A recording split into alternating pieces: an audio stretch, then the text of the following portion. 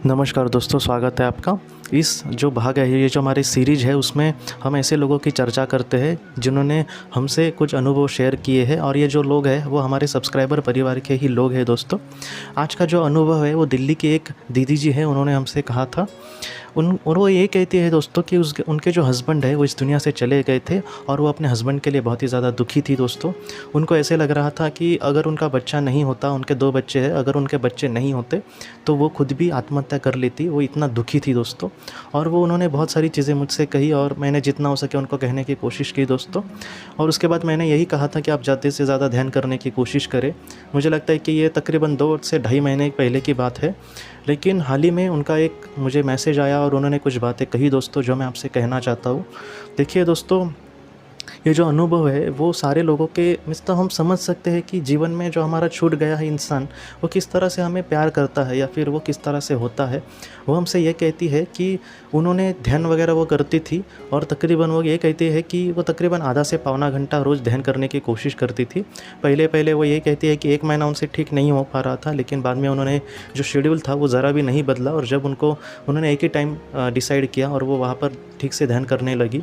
जब ध्यान करती थी दोस्तों, तब उनको एक एहसास हुआ एक दिन कि उनके जो पति है वो उनके साथ है वहाँ पर, और जो उनके जो पति है दोस्तों, उन्होंने टेलीपैथी से कुछ संदेश उनको दिए। टेलीपैथी मतलब ऐसा कि उन्होंने बोला नहीं, लेकिन फिर भी उनके मन में कुछ ऐसे संदेश आ गए दोस्तों। ध्यान में क्या होता है दोस्तों, मैंने पहले भी आपसे कहा था कि हमारा जो मन है वो पूरी तरह से स्थिर हो जाता है। जैसे रोज़ के जीवन में हमारे मन में बहुत सारे विचार चलते हैं, लेकिन ध्यान में क्या होता है दोस्तों कि वो पूरी तरह से शांत बन जाता है। तो इस वजह से क्या होता है कि अगर कोई तीसरी नेचुरल शक्ति ऐसी या फिर आध्यात्मिक जो शक्ति है, अगर उसको हमारे मन में कुछ विचार डालने हैं, कुछ अच्छे संदेश डालने हैं, तो वो आने के लिए बहुत मदद मिलती है। तो ये जो दीदी जी है वो हमसे ये कहती है कि जब वो ध्यान में बैठी थी, तब कुछ ऐसे संदेश उनके मन में आए। वो ये कहने लगी कि उनके मन में कुछ ऐसा आया कि उनके पति जी ने उनसे ये कहा कि मेरे जीवन में ये महत्वपूर्ण था कि मैं इस जीवन में बहुत ही कम समय के लिए इस दुनिया से चला जाऊँ, लेकिन हम दोनों की जो आत्माएं हैं वो एक ही स्तर की है और एक ही मतलब एक समुदाय की है, ऐसा उनका कहना था। और उन्होंने उनसे ये कहा कि हमारे दोनों आत्माओं ने बहुत सारे जन्मों में एक साथ हमने जन्म लिए हैं, अलग अलग रूपों में। और वो ये कहने लगे कि बहुत सारे जन्मों में हमने एक दूसरे का बहुत ही अच्छा साथ दिया है, और इस जीवन में भी हमने एक दूसरे का जितना वक्त हो सके, कुछ 4-5 साल ही उनको मिले थे दोस्तों एक साथ, बाद में वो इस दुनिया से चले गए थे उनके पति जी। तो वो पति जी ने इनसे ये कहा कि इस जीवन में भी हमने जितना हो सके एक दूसरे के लिए बहुत करने की कोशिश की है, लेकिन इस जीवन में हमने ये चयन किया था कि हम एक दूसरे से बिछड़ने के बाद जो दुख होता है उसको जितना हो सके समझने की कोशिश करें। और ऐसे वक्त में मुझसे ज़्यादा वो जो लड़की है, मतलब ये जो दीदी जी है, उनकी आत्मा ने ये चयन किया था कि इन सारी चीज़ों से वो किस तरह से गुजर कर अपने आत्मा का विकास करती है। आत्मा का विकास जो स्तर है दोस्तों, वो एक ही गति से हमेशा जाता है, लेकिन बहुत बार कुछ आत्माएं ऐसा चयन करती है जिससे उनका जो आत्मा का स्तर है वो बहुत ही कम समय में बहुत ही ऊंचा उठ सकता है। तो इस वक्त में जो उनके पति जी ने ये उनसे कहा कि उस वक्त आपकी आत्मा ने, मतलब उनकी पत्नी की जो आत्मा थी, उसने ये चयन किया था कि वो इस दुख का सामना करने की कोशिश करेगी। और उनके पति जी ने ये भी कहा कि उसके लिए एक ज़रूरत थी किसी चीज़ की जिसके सहारे से ये सारी चीज़ें उनको थोड़ी सी आसान लगने लगे। तो इस वजह से उनके जो बच्चे हैं वो उसका रोल निभा रहे हैं, और उनके जो बच्चे हैं दोस्तों वो भी उनके ही समुदाय के, उनके करीबी आत्माएं हैं। आप समझ सकते हैं इस बात का इतना महत्वपूर्ण है दोस्तों अर्थ, कि वो जो दूसरी आत्माएं होती है वो हमें संभालने के लिए कितना महत्वपूर्ण एक जन्म वो लेती है, और उस जीवन में वो अपने माँ के लिए भी बहुत कुछ करने का प्रयास करेंगे, ऐसा भी उसके पति ने कहा दोस्तों। और उनके पति ने यह भी कहा कि तुम्हें मेरे लिए ज़रा भी चिंता करने की ज़रूरत नहीं है। उनके जो पति है दोस्तों, उन्होंने ये कहा कि नए नए जो नई आत्माएं जो होती है, मतलब इस दुनिया से अगर मैं इस दुनिया से चला गया तो मुझे भी उस लोक के बारे में थोड़ा बहुत वक्त लगेगा संभालने के लिए। तो ऐसे वक्त में उनकी जो आत्मा है उनके पति जी की, वो ऐसे लोगों को मदद करती है, उनको प्रशिक्षण देती है। प्रशिक्षण नहीं कहेंगे, लेकिन उनको एक जानकारी, एक प्राथमिक जानकारी कि तुम चिंता मत करना, हमारे सामने, मतलब आपके सामने एक नई दुनिया का उजागर होना बाकी है, और तुम्हें भी सच्चाई का सारी धीरे धीरे अंदेशा होगा। क्या होता है दोस्तों, विस्पर ऋतु की भी आपने किताब में पढ़ा होगा कि थोड़ा वक्त जो है कि आत्मा को लगता है उस चीज़ों से ढालने के लिए, या फिर वो नहीं होती है, तो ऐसे वक्त में उनको प्रशिक्षण या फिर उनको एक कहते हैं कि किस तरह से हमें जीना है।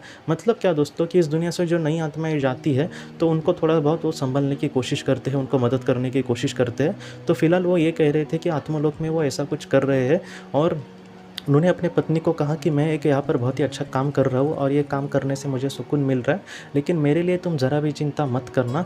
मैं उस दुनिया में बहुत ही खुश हूँ और मैं तुम्हारे सामने या फिर तुम्हारे साथ हमेशा हूँ, तुम्हें चिंता करने की ज़रूरत नहीं है।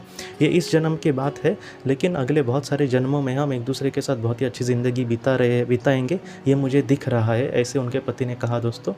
ये जो माता दीदी जी है, उन्होंने ये कहा कि इतने सारे संदेश, बहुत सारी बातें उन्होंने कही, लेकिन इतने सारे संदेश उन्होंने सिर्फ 5 मिनट में ही सारी चीज़ें हो गई दोस्तों।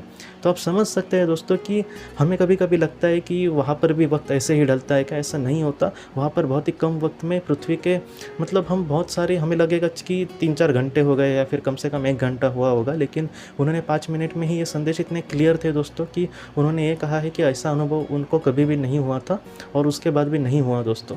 तो ये जो संदेश है वो हमें यही लगता है, मुझे आपसे यही कहना है दोस्तों कि आपका भी अगर कोई अपना इस दुनिया में नहीं है तो आपको ज़रा भी चिंता करने की ज़रूरत नहीं है दोस्तों।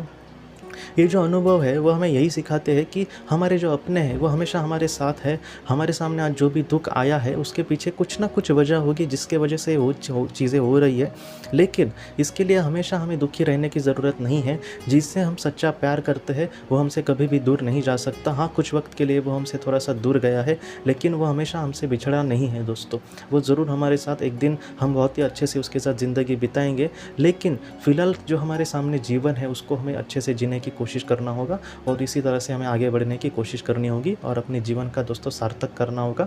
हम एक अपने अच्छी ज़िंदगी जिए, ये सिर्फ हमारी ज़रूरत नहीं है बल्कि हमारे जो अपने हैं उनकी भी एक ख्वाहिश है कि हम एक अच्छी ज़िंदगी जिए या फिर अपने जीवन में कुछ अच्छा करने की कोशिश करें।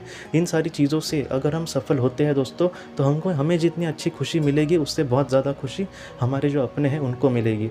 जैसे एक बच्चा 10वीं में या फिर 12वीं में पहला आता है, उसका सत्कार होता है, बहुत लोग उसको बहुत मतलब उसका सत्कार वगैरह करते हैं, तो सिर्फ उसे खुशी नहीं मिलती, कभी कभी उस बच्चे से ज़्यादा उसके माता पिता को खुशी मिलती है। ये ऐसी ही चीज़ें हैं दोस्तों। आप यही समझना कि एक बहुत बड़ी परीक्षा हमारी चल रही है और इस परीक्षा में अगर हम बहुत ही अच्छे से अपना काम करते हैं तो हमारे जो अपने हैं वो हमसे भी ज़्यादा खुश होंगे। इस वजह से मैं माता जी को, जिन्होंने अपने बेटों को खोया है या फिर किसी अपने को किसी ने खोया है, तो हाथ जोड़कर आपसे कहता हूँ कि अगर आप सफलतापूर्वक इन सारी चीज़ों का सामना करेंगे, इन सारी चीज़ों में आपको जो भी अच्छा, या फिर आप मुझे भी संपर्क कर सकते हैं, जितना हो सके मैं आपको मदद करने की कोशिश करूंगा दोस्तों। आप प्लीज़ दुखी मत रहिए ना। और वो जो हमारे अपने हैं वो भी आपसे यही चाहेंगे कि आप जितना हो सके अच्छे से जीने की कोशिश करना।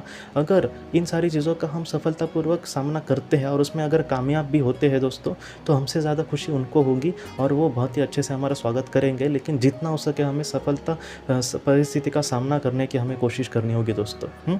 आज के इस भाग को लेकर अगर आपके कोई भी सवाल हो तो आप ज़रूर पूछें, जितना हो सके मैं उसका आपको जवाब देने की कोशिश करूंगा।